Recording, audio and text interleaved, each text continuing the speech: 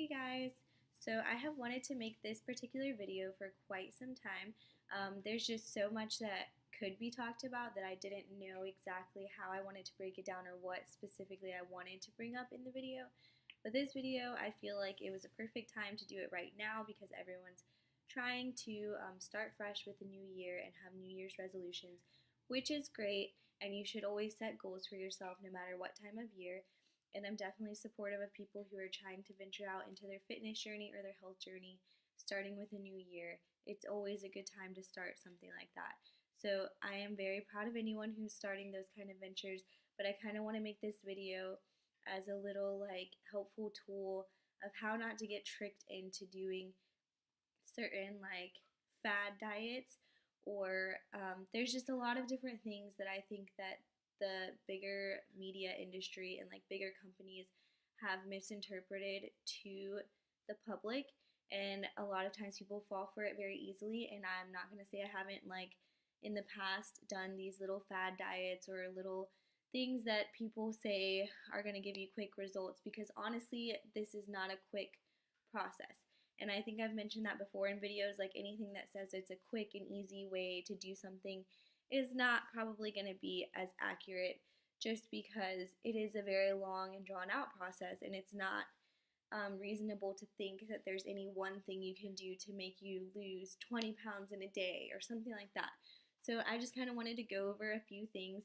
I took notes on my phone yesterday. It didn't zoom in, but I took notes on my phone yesterday just because I've been snowed in, and so I wanted to write down the topics that I wanted to cover. And like I said, there's so many examples I could give, but I'm just going to go over a few things. So the first thing I have on here is a lot of times companies will advertise their product and say that if you replace one of your meals each day with a serving of whatever the product is, that you're going to lose at least a pound, or sometimes they'll even credit more weight loss to that. One in particular, Special K, that's the one that I've seen it the most on, is that if you replace one whole meal with a serving of their cereal, that you would lose at least a pound a week. And first of all, that's crazy because everybody's body's different.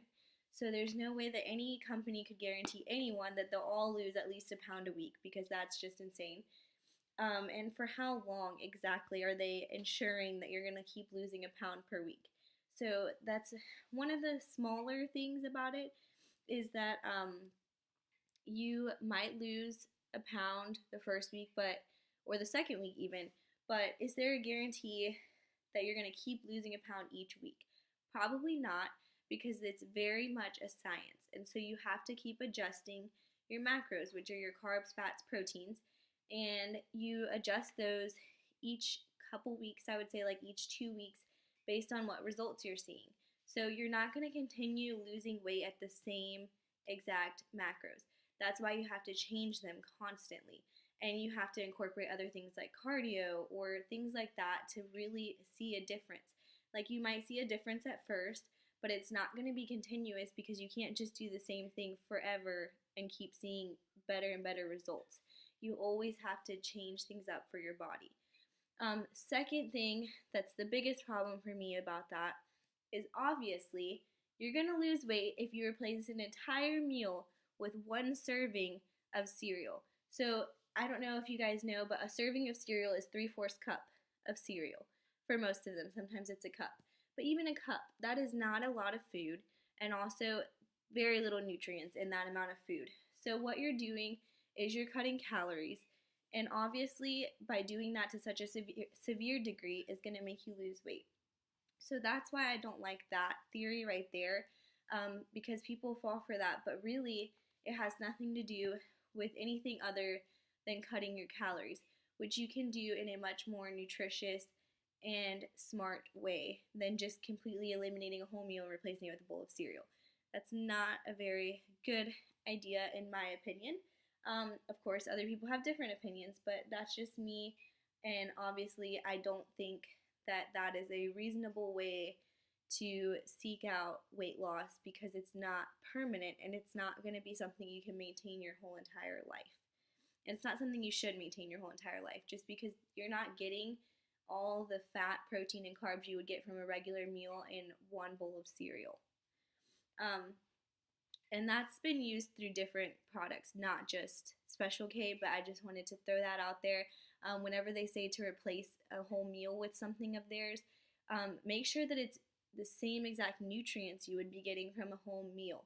So if you eat a meal replacement bar or meal replacement smoothie, that might be a little different than just replacing it with something that's extremely low in calories, carbs, fat, protein. Like, that's not going to be something that's beneficial for you in the long run, at least. The next thing I had on here was a couple of like label things that companies do to try to get people to buy their product. So a major one for me, we'll just talk about this major one, is gluten-free. So many people have come onto this new trend of wanting to be gluten-free, and somehow this is supposed to be like a crazy way to lose weight and all these great things for you. But completely being honest with you guys, the only reason you should be gluten-free is if you have dietary like necessity to be gluten-free, as in you have like some kind of disorder or something that doesn't allow you to eat gluten. That is the only reason you should be gluten-free. And the reason people thought it was so like, yes, it makes you lose weight if you go gluten-free, because the real reason is not because you're cutting out gluten. It's because almost everything includes gluten. So if you think about it, what you're doing is just eliminating all these foods that you aren't eating because you can't eat gluten, and therefore snacking less, reducing calories, things that are all common in what you should be doing and changing your diet, not just eliminating gluten. Gluten had nothing to do with this. It was just the fact that you eliminated all these things that included gluten from your diet. Therefore, you probably snack less and you're definitely eating less calories. The problem now is that so many people have decided to try this gluten-free diet that several companies are making very similar products to what other products are, and they're making them gluten-free. So that creates a problem because now you have gluten-free options of the things that you were eliminating from your diet. So it's going to create the same exact problem. You're going to go back to eating those cookies or bread or whatever you thought was bad for you because it now is gluten-free. But the problem wasn't that you were eating gluten. The problem was that you were eating too much of those things before. So basically the point of this video, those were just a couple things like I said, but I just wanted to put them out there and try to help you guys be a little more aware of what you're doing when you decide to start trying to be healthier or whatever it may be. Just be a little more aware of what you are looking for. You should definitely be making sure that you're getting enough protein and enough fat and enough carbs each day. Like, restricting yourself is just not going to be good for you in the long run because you're going to end up binging and you're going to end up being right back where you started. So my point to this was that I never gave up anything completely from my life when I started my health journey. The only thing I gave up completely was soda. And that was only because it had no nutritional benefit and because I personally don't drink a lot of water to begin with. And I felt that dropping soda was going to help me drink more water like I should be if I just completely eliminated soda. So that is why I completely eliminated soda. And that is the only thing I have eliminated from my diet because I didn't feel like it benefited me health-wise. But there are many people out there that drink diet soda and they are fine. So I'm not saying that you don't need to drink it, but for me, if you're not drinking enough water, then you definitely shouldn't be allowing yourself to drink the other things that you supplement water with. So that's just my opinion. And then the other things that I have limited myself or cut out from my diet were pork and beef. My reasons for cutting those out had nothing to do with them being unhealthy. A lot of people cut out beef, beef especially because they think that it's too fatty, but you can buy lean beef. And also, there are lots of people in the fitness industry that eat beef and pork. I don't because I just never liked them anyways. I've always preferred chicken or turkey, so I just completely cut it out for me because I don't even like it anyway, so I might as well just not even have it in my diet. It makes it easier for me. But if you enjoy those things, you should include them. The thing is just making sure that you have a balance, and that's the point of this video. Like, find balance, you guys. Don't eliminate things from your life completely.